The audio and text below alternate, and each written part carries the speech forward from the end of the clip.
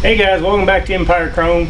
We wanted to show you Jimmy's truck again. We've added a few more lights, but we did want to go through and show you some of our previous work.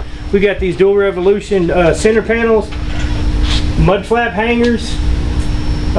In a previous video you seen me and Perky add all of these wonderful lights in the back of the sleeper. If you follow me around this way, today we added some more underglow. We added underneath the boxes.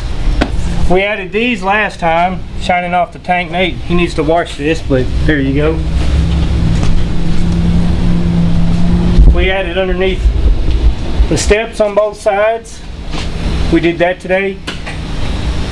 We did this last week, I believe, the underglow here. We repaired all the dual revolution lights that weren't working. We did the visor, all dual revolution lights, and just today we added 20 lights in this bumper.